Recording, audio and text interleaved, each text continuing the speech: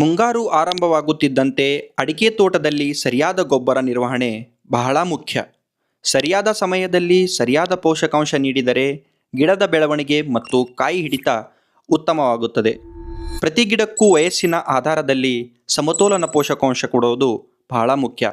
10 ವರ್ಷದ ಮೇಲ್ಪಟ್ಟ ಗಿಡಗಳಲ್ಲಿ ನಾವು ಯಾವುದಾದರೂ NPK ಗೊಬ್ಬರ, ಅದು 20-20 ಆಗಿರ್ಬೋದು, 15-15 ಆಗಿರಬಹುದು, ಅಥವಾ 10-26-26 ಆಗಿರ್ಬೋದು, ಅದನ್ನು 100 ಗ್ರಾಂ ಪ್ರತಿ ಗಿಡಕ್ಕೆ ಕೊಡಬೇಕು.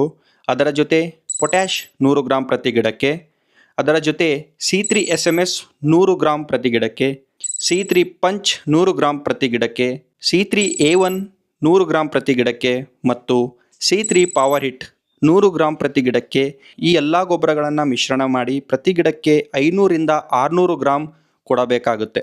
ನಿಮ್ಮ ತೋಟ 10 ವರ್ಷಕ್ಕಿಂತ ಕಡಿಮೆ ಇದ್ದಲ್ಲಿ ಆ ಒಂದು ಗಿಡಗಳಿಗೆ ಎಷ್ಟು ಗೊಬ್ಬರ ಮತ್ತು ಯಾವುದಾದ್ರು ಕೊಡಬೇಕು ಅನ್ನೋದನ್ನು ನೀವು ಕಮೆಂಟಲ್ಲಿ ತಿಳಿಸಿದರೆ ನಾವು ನಿಮಗೆ ಮಾಹಿತಿಯನ್ನು ಕೊಡುತ್ತೇವೆ.